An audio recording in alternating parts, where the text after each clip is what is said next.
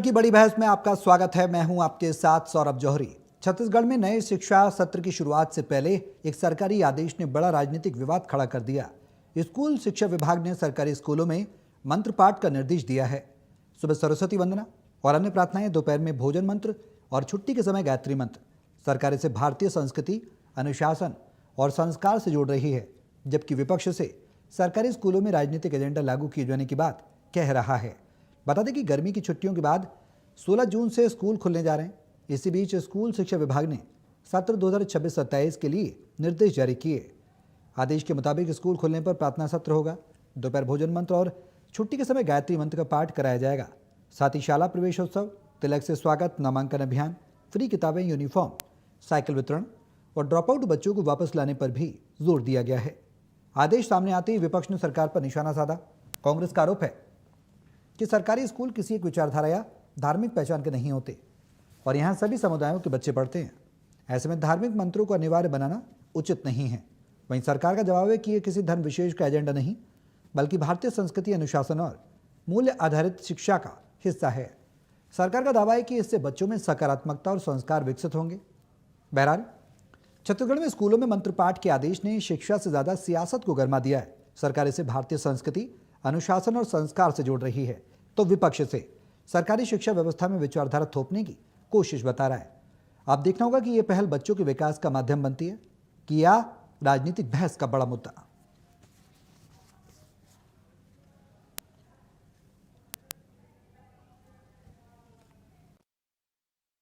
School शिक्षा विभाग के द्वारा स्कूलों में बच्चों के लिए तीनों टाइम 3 विभिन्न प्रकार के मंत्र और गान अनिवार्य किया जाना बेहद ही आपत्तिजनक है। राष्ट्रगीत, राष्ट्रगान, राज्यगीत तक तो ठीक है, अच्छी बात है, होना चाहिए, लेकिन दीप मंत्र, सरस्वती मंत्र, गुरु मंत्र, भोजन के समय भोजन मंत्र, इन सब की अनिवार्यता क्यों की गई है? आप सरकारी स्कूलों को सरस्वती शिशु मंदिर क्यों बनाना चाहते हैं? आप आरएसएस के एजेंडे को आप सरकारी स्कूलों पे क्यों थोप रहे हैं?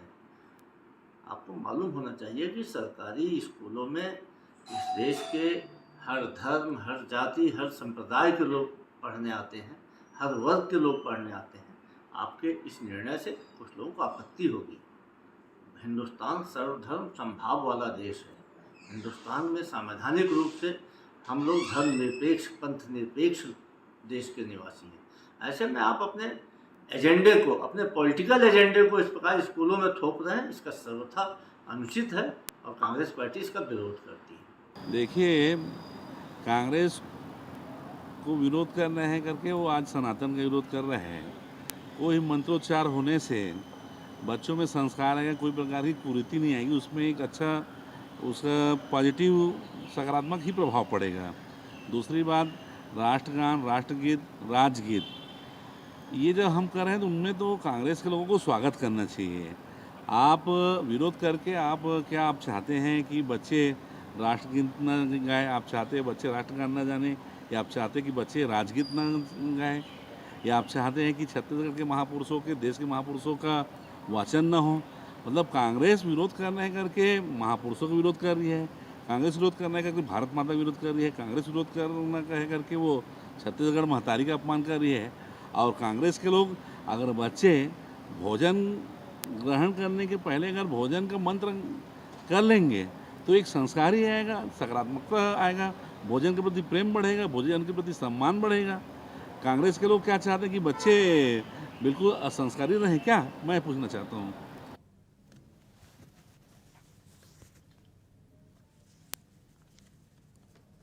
तो सरकारी स्कूलों में मंत्र पाठ भारतीय संस्कृति का सम्मान है या फिर धर्म निरपेक्ष शिक्षा व्यवस्था से समझौता? ये बड़ी बहस के सवाल हैं। संस्कार और अनुशासन के नाम पर मंत्र पाठ शिक्षा सुधार या फिर वैचारिक हस्तक्षेप है? क्या सरकारी स्कूलों में धार्मिक परंपराओं से जुड़े मंत्रों को शामिल करना उचित है? ये तमाम अहम सवाल हैं। और मंत्र पाठ से बच्चों का चरित्र निर्माण होगा या नया राजनीतिक विवाद खड़ा होगा? सरकारी स्कूलों में गायत्री मंत्र, सरस्वती वंदना सांस्कृतिक विरासत है या फिर राजनीतिक एजेंडा?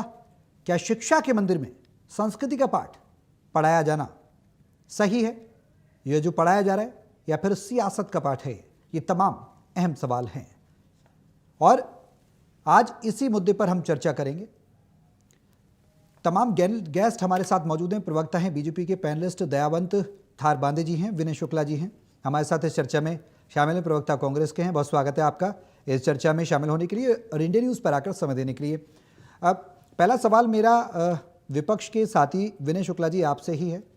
कैसे देख रहे हैं आरोप और ये मंत्र पाठ, दीप स्वर मंत्र, सरस्वती मंत्र, गुरु मंत्र, भोजन मंत्र, ये आरएसएस एजेंडे के तमाम आरोप हमने सुने। अभी सुशील आनंद शुक्ला जी आपके संचार प्रमुख हैं, वो लगा रहे थे। कांग्रेस कैसे देख रही है? देखिए, सबसे पहले तो आपको, आपके दर्शकों को और साथी पैनलिस्ट को नमस्कार करता हूं।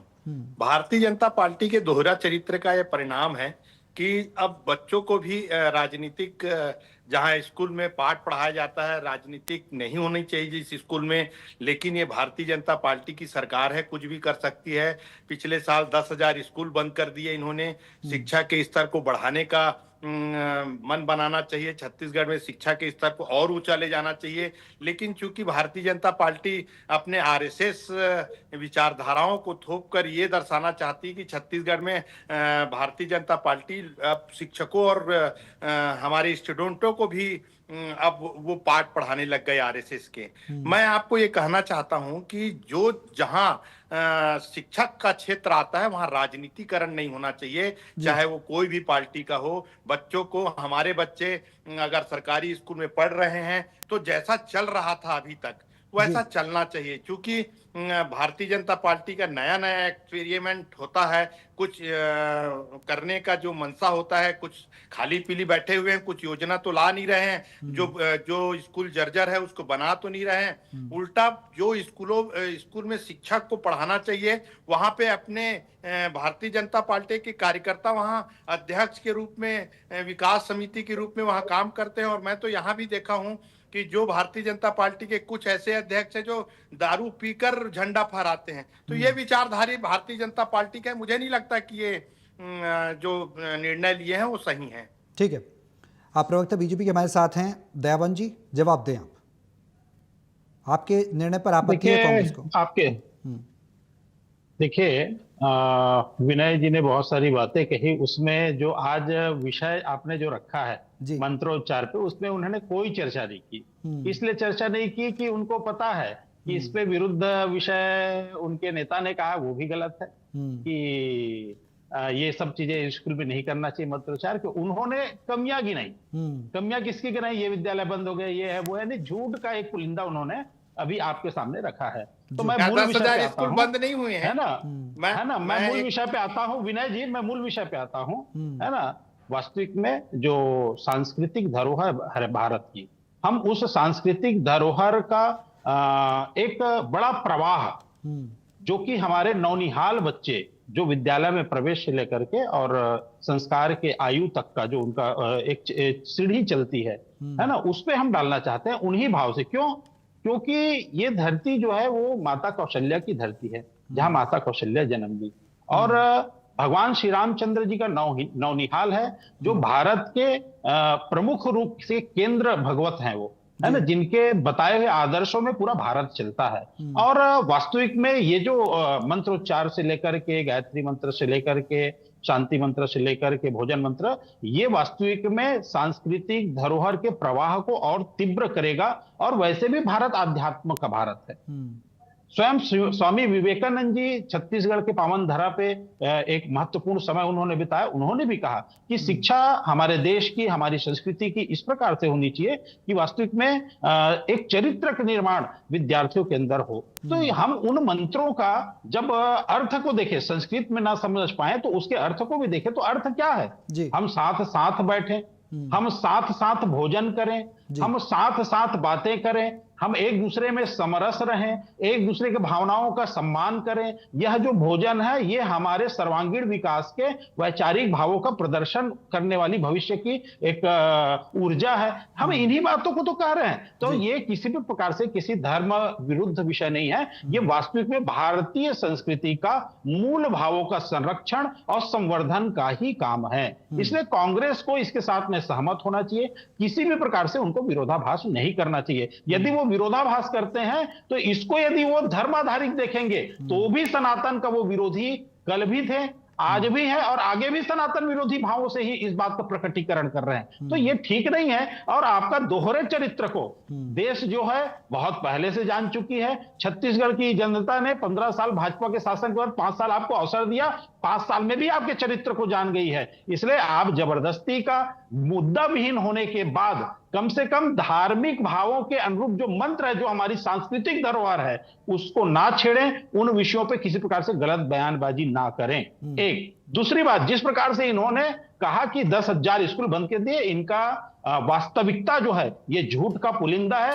हमने 10,538 विद्यालयों का युक्तियुक्तकरण किया है, जिसमें 16,165 शिक्षकों का, प्राचार्यों का समायोजन किया है, जिसमें 5,936 ऐसे प्राथमिक शाला विद्यालय थे जो या तो शिक्षक विहीन थे या तो एकल शिक्षक ही है। ऐसे स्थानों पर हमने अतिशय शिक्षकों को वहां पर हमने वहां पर युक्तियुक्तकरण किया, जिसके कारण से आज सरगुजा से लेकर के बस्तर तक विषय विशेषज्ञ सभी विद्यालयों को मिले हैं। और ये एक क्रांतिकारी परिवर्तन सुकमा, नारायणपुर, बीजापुर, सूरजपुर, जशपुर जैसे जगहों के लिए एक बड़ा परिवर्तन किया है, जिसको कांग्रेस जो है पचा नहीं पाई। क्यों ना पचा पा रही है? इसलिए क्योंकि इन्होंने शिक्षा विभाग को 5 साल में ट्रांसफर का उद्योग बना रखा था, जिसके आधार पर इन्होंने करोड़ों रुपए वारा न्यारा किया था। इसलिए कांग्रेस को तो इन विषयों पे बोलने का कोई नैतिक अधिकार ही नहीं बनता।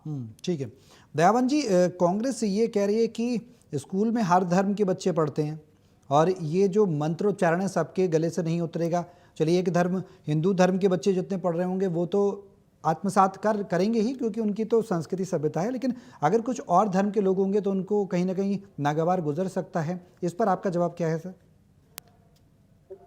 देखिए, जो जितने भी आप 9 विषय इस पे आए हुए हैं, है ना, चाहे वो राष्ट्रगीत का हो, राष्ट्रगान का हो, राज्य गीत का हो जी, ये सभी विषय से लेकर के गायत्री, ये वास्तविक में धर्म आधारित ना गिने इसको या धर्म आधारित ना माने। ये भारतीय संस्कृति का अक्षुण्ण विषय है और अक्षुण्ण बिंदु है, अक्षुण्ण मंत्र है। आज हम वर्ल्ड क्लास पे भी यदि जाएं तो यदि ओम का उच्चारण करते हैं तो विश्व स्तर पे इसकी मान्यताएं हुई है कि इससे जो मन है वह शांत होता है, क्रोधित मन भी शांत होता है, विचलित मन भी शांत होता है। ये संदेश यानी कि ऊपर से बनी है कि जब भी हम धार्मिक सांस्कृतिक जितने भी हमारे मंत्र है उसको यदि करें तो ओम का उच्चारण करें, चाहे कोई भी श्लोक पढ़ें, तो उससे अल्फा वेव्स का शरीर में संचालन होता है जो कि तनाव कम करती है।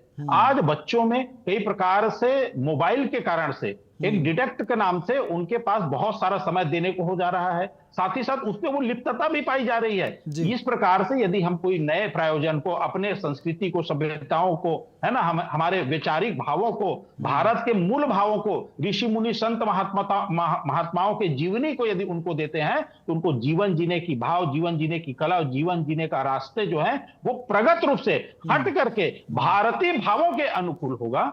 इसलिए उनको किसी भी प्रकार से विरोध नहीं करना चाहिए और ये कहीं भी किसी भी धर्म को आहत करने वाला कोई विषय नहीं है। ठीक है विनय जी, वैचारिक विकास की बात बीजेपी के द्वारा की जा रही है और जो चीजें हैं वो कहीं ना कहीं बच्चों का वैचारिक विकास जो है वो संभव होगा। क्या वैचारिक विकास के साथ नहीं है आप? देखिए, मैं सबसे पहले आपको ये बताना चाहता हूँ, आपने बहुत अच्छी बात कही कि जब हम स्कूल में पढ़ने जाते हैं तो सर्वधर्म के लोग वहां रहते हैं और सब धर्मों को सम्मान देना चाहिए, सब धर्मों को इज्जत करना चाहिए। रही बात भारतीय जनता पार्टी के हमारे साथी प्रवक्ता ने कहा कि जो राष्ट्रगान है, जो राज्य गान है, मैं इनको ये बताना चाहता हूँ, राज्य गान हमारे जब भूपेश बघेल जी की सरकार थी तो राज्य गान को प्राथमिकता दिया गया था, लेकिन इनके जैसे ही सरकार आई उसको बंद कर दिया गया था। सार्वजनिक जगह में इनको अपनी राज्य गान का गान करना चाहिए, लेकिन ये नहीं करते। दोहरी चरित्र तो ये दिखाते हैं। देखिए, हमारे साथी प्रवक्ता बहुत अच्छा प्रवचन दे सकते हैं, लेकिन अगर बात भविष्य की बात हो, बच्चों की बात हो, तो उस विषय में वो कुछ नहीं बोलेंगे।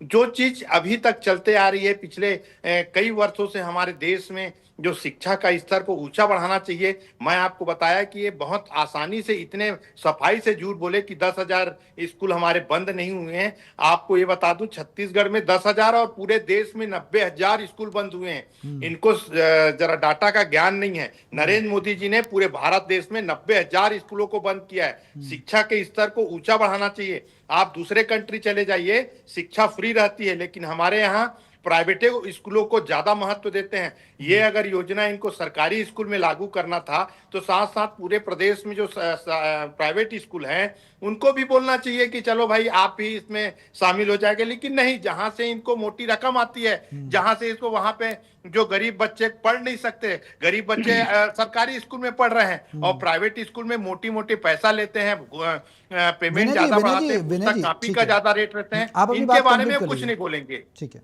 विनय जी, एक सवाल है, वो सवाल ये है कि गजेंद्र यादव शिक्षा मंत्री को हम सुन रहे थे, वो ये कह रहे हैं कि कांग्रेस भारत माता का विरोध करती है, कांग्रेस महतारी का विरोध कर रहे हैं। आप विरोध क्यों कर रहे हैं छत्तीसगढ़ महतारी का आप? और ये जो आरोप लगा रहे हैं, उस आरोप पर आपका क्या स्टैंड है? देखिए, सरासर झूठ बोल रहे हैं। छत्तीसगढ़ महतारी का जो इन्होंने अपमान किया है जब से सरकार बनी है, ये आपसे छुपी नहीं है। आपका चैनल बहुत इस बातों को ध्यान रखती है और आप कई बार इस बात से बात भी किए हैं कि जब भी हमारा कोई बड़ा फंक्शन होता है, जब भी कोई शासकीय सरकार जब कुछ किसी चीज का ओपनिंग करते हैं तो हमारे कांग्रेस की सरकार में भूपेश बघेल जी ने एक बात कही थी कि राष्ट्रीय गीत हमको हर जगह गाना है। लेकिन जैसे इनकी सरकार आई, ये टोटल बंद कर दिए। ये अपने हिसाब से चलने वाली सरकार है, ये दिल्ली से चलने वाली सरकार है, अधिकारियों से चलने वाली सरकार है। जो अधिकारी बोल दिए कि अब 9 प्रकार के आरएसएस का एजेंडा स्कूलों में लागू करना है, ये नहीं करना चाहिए। स्कूल में राजनीति बिल्कुल भी नहीं करना चाहिए। मैं तो ये कहता हूं भारतीय जनता पार्टी के प्रवक्ता से, जरा थोड़ा सा सोच समझकर स्कूल शिक्षा संस्था को कम से कम छोड़ दीजिए। अन्य जगह आपका भ्रष्टाचार चल ही रहा है, इस जगह कम से कम छत्तीसगढ़ के लोगों को अच्छी शिक्षा देने की कोशिश कीजिए। जवाब लेता हूं दयाबंद जी।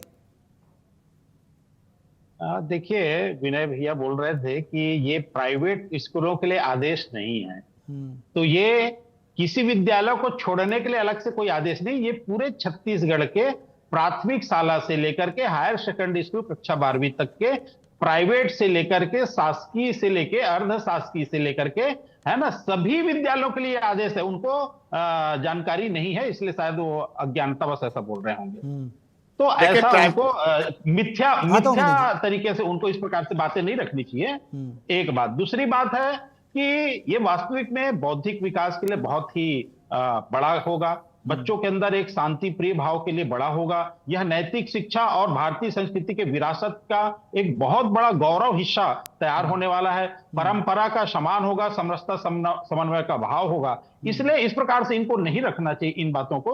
और सुप्रीम कोर्ट ने इस बात कही, जिस समय योग दिवस की अंतर्राष्ट्रीय योग दिवस की मान्यताएं हुई तो कुछ कांग्रेसी बंधु सुप्रीम कोर्ट गए, ये हमारे धर्म आधारित भावों का योग नहीं है। तो सुप्रीम कोर्ट ने कहा कोई भी योग, कोई भी व्यायाम, कोई भी श्लोक जो समाज के हित के लिए ऊर्जा और मार्गदर्शन का काम करता है, यह तो हमारे भारतीय संस्कृति का अभिन्न अंग है। इसको न रोका जा सकता, न हटाया जा सकता। और उनकी बातों को सुप्रीम कोर्ट ने डिनाई किया। तो जिस बात को संवैधानिक रूप से सुप्रीम कोर्ट जिसको बोलती है कि यह करना चाहिए देश के अंदर, उसको यदि कांग्रेस कहती कि ऐसा नहीं होना चाहिए, तो समझ में आता है कि एक निश्चित लोगों को तुष्टीकरण की राजनीति के लिए कांग्रेस जो है एक विधवा विलाप जबरदस्ती का रो रही है। क्यों? यही कांग्रेस है जिसने धर्म आधारित यूनिवर्सिटीज बनाए।